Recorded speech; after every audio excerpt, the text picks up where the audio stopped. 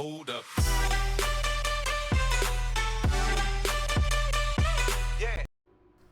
Yo, what's going on, guys? It is FoxyDude98 here. Welcome back to a brand new video for you guys today here on the channel. So we are back with my F1 2018 career modes here for the Monaco Grand Prix. This is round number 6 and probably the one that I've been dreading the most. As you guys may or may not know, depending how new you are to the channel, Monaco is my least favorite track in real life and also in the game itself. In real life, it's just terrible, and then in the game itself, I just crash all the time, basically. It's pretty much the easiest way to put it. So, yeah, this is going to just be one of those races where we're just going to see what we can do and go from there, and hopefully we can pull something out of the bag. But obviously, if it doesn't turn out that way, that's why I came into mind expecting. But as you can see, heading into the Monaco Grand Prix, you can see we've actually got quite a few issues here with the gearbox being worn, and also our power unit being worn as well. So I decided not to make any changes. I thought to myself, considering the fact that we're racing at Monaco, a track that I genuinely hate with a passion,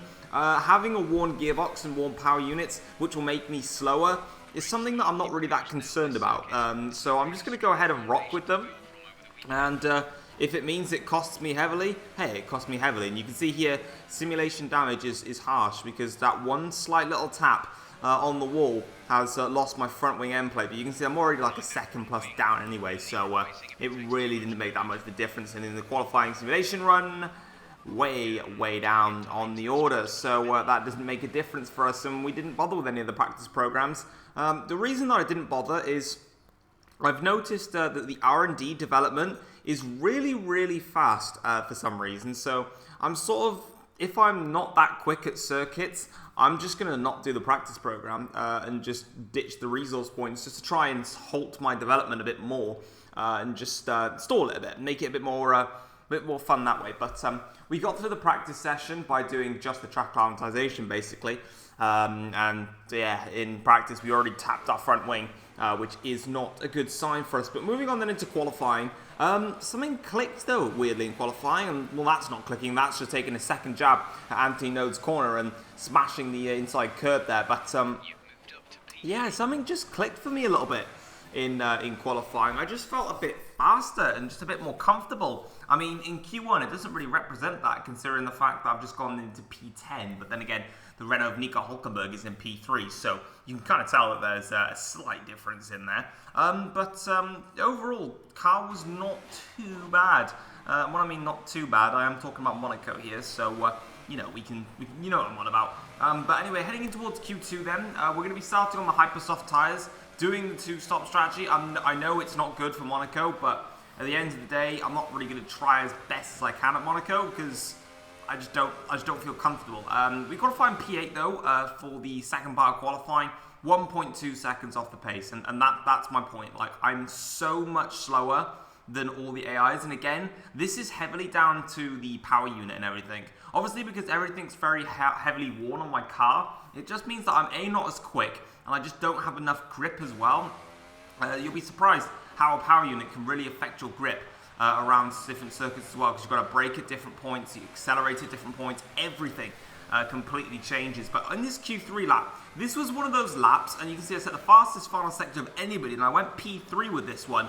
This is one of those laps where if you get it right around Monaco, you will get it right, and it will pay off for you. So we're going to be starting P4 for the Monaco Grand Prix, and I was absolutely over the moon with my lap. I was so happy, it just felt so good, and it was probably the only lap of the weekend where everything was nailed perfectly. I nailed the whole lap, and when you do that, you will be rewarded. That is the... Good day today. Tell us about it from your perspective. You had a bit of a rivalry going on, but it looks like he bested you.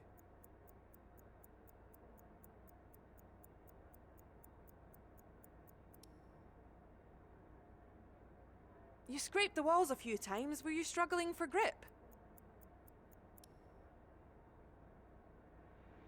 Well, thanks anyway.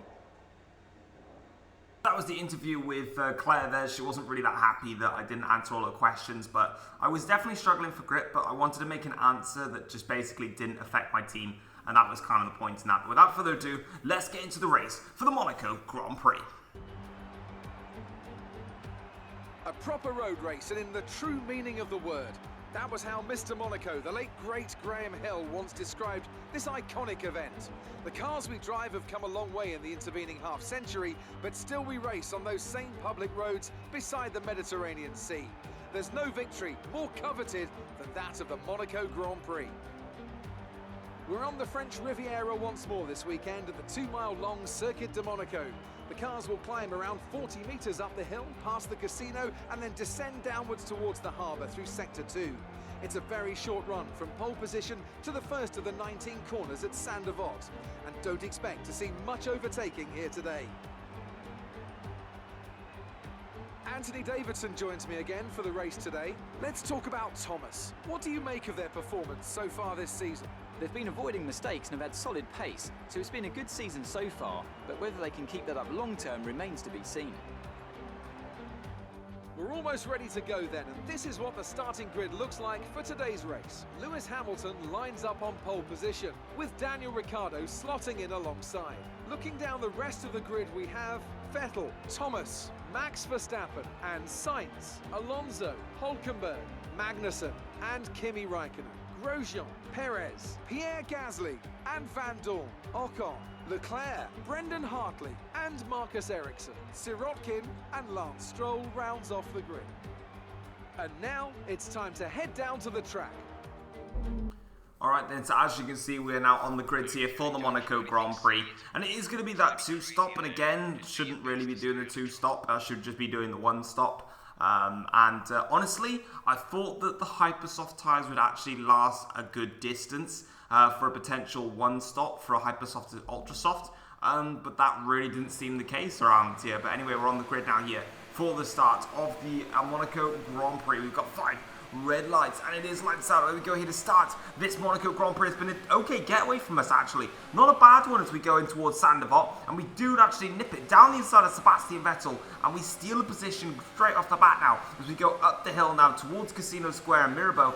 You can see that we're actually closer to Daniel Ricciardo. Hamilton gets away well, my teammate. And already you can see here, I'm already struggling around this track, even though I've already just made a place on Vettel, already having to take 2 dabs at the steering and moving on from there. On to lap 3 of the Grand Prix now, and just time going by a little bit. Hamilton has pulled a very big gap already on Daniel Ricciardo, but as for myself, Vettel is getting close to me now as we go in towards the Nouvelle Chicane here. We actually get in front, and somehow I didn't get a corner cutting warning for that trip through the Nouvelle Chicane. I've noticed a lot, especially in this game, the corner cutting systems aren't quite as strong as I initially thought they would be.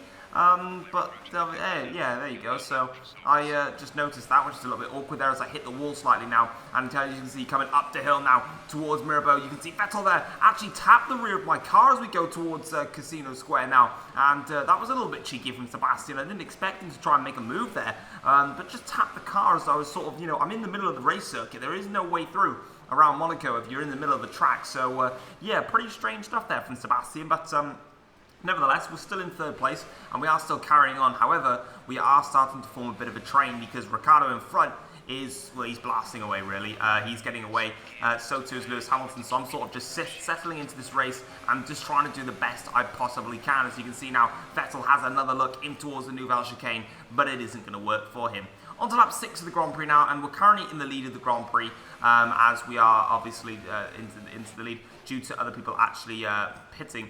But if you have a look down where my gears are, as I brake in towards that corner, you can see that the gearbox has now started to take its effect. As we go up the gear, we've now actually lost 2nd gear, so we've now got a gearbox failure, which is something that I was hoping wouldn't happen, but unfortunately I have no luck and it's happened. So yeah, we've now got a gearbox failure that we have to contend with for pretty much the rest of this race, which is just in no way going to help me at all. But on to lap 6 of the Grand Prix. We're coming in for our first stop for a set of the Ultrasoft tyres, and again, like I said, I thought the Hypersofts would at least go to like lap 10, lap 11, somewhere around there. But the fact that they only go to like lap 6 is pretty dull. Otherwise I would have 100% done the 1-stop, but I had no idea they would be that terrible. So yeah, that's kind of my bad on that one. But Nevertheless, we're coming out of the pits now, and we're just behind one of the Red Bulls, I believe it is, of Verstappen, but we've got a lot of work to do if we are to try and do something decent in this Grand Prix, especially with our gearbox not doing well. But we're just going to have to try and basically see what we can do on the track, and again, we're going to have more gearbox problems. And now moving on to lap 11 of the Grand Prix, you can see that Carlos Sainz has actually caught us in the Renault, and he's actually going to have a try and have a look at us in towards the Nouvelle chicane, and this is something that I wasn't quite expecting. We gave him a tight little squeeze off the track there. Yeah, I've lost all pace now in this race. In the first stint, it wasn't too bad, but now all of a sudden, it's gotten even worse. And once again, having a look at the bottom of your screens where the gears are, you can see that we've now lost 4th gear in this race. So we initially lost 2nd gear. 2nd gear came back to us, and now we've lost 4th gear. So, yeah, I mean, the engine and all power unit components are worn anyway, which doesn't help. And now the fact that the gearbox is worn, that just ruins everything. And then on to lap 14 of the Grand Prix, it all goes even more sour, as you can clearly see.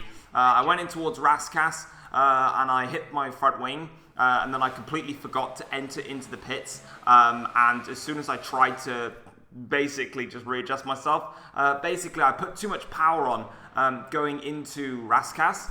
And then from there, as soon as I applied the power on the exit of Rascasse, then I forgot about the pits, so then I put too much overspeed into it. Then I tried to brake, and obviously when you have the understeer as well, then from a broken front wing, you can kind of tell the difference. I crashed out in Monaco, but then again, what did you kind of expect? But yeah, that was probably, hands down, probably my worst weekend I have ever had in a career mode season ever. In practice, I just didn't feel comfortable. I knew it was going to be a struggle anyway. Qualifying was, I outperformed the car in qualifying. No way was I expecting to qualify in P4. Come the race, the first stint was promising. You know, we were okay for pace. We were definitely holding up Vettel, but that wasn't the end of the world. And then eventually the power unit started to really cause a lot of problems. And then eventually when the gearbox started failing, the performance was terrible. Verstappen was on the one stop, but he was on the ultra soft tyres. I pitted for a fresh set. And even my fresh set of ultras, I was still a second a lap slower, and they were also in heavy traffic. Was also Hamilton and Vettel were in the same heavy traffic. I couldn't catch up to Hamilton and Vettel when they were in the heavy traffic. So yeah, this is just a Grand Prix weekend that I can just throw out the window, to be honest, and wish it never happened. But that's going to be it for the Monaco Grand Prix. You can see in the Drivers' Championship we have lost a lot of our lead in the championship. However, it's not as severe as I expected, because Kimi Raikkonen didn't do well again, and Hamilton picked up the win. So it's Hamilton that's now my closest rival, and then it's the 2 Ferraris, and we move on from there. But we're going to get an interview with Claire. Well, things didn't really go your way today. Tell us what happened. Do you think that you learned a lot from your rivalry?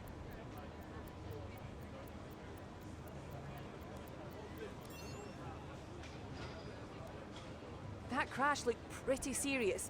Can you walk me through what happened?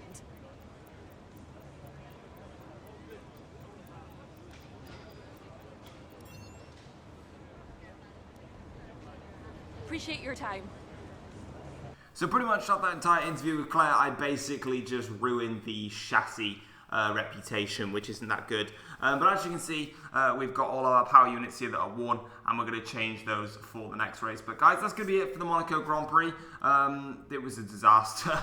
I just can't drive around the track. But until then, guys, I will see you next time for my next career mode, which will be on Monday, because Friday, Saturday, and Sunday, I'm going to be going back to the traditional challenges that I normally do. And then from there, we'll be back on career modes then on the weekdays. But until then, guys, I will see you for the next episode, which is the Canadian Grand Prix. So take care all, guys. Peace.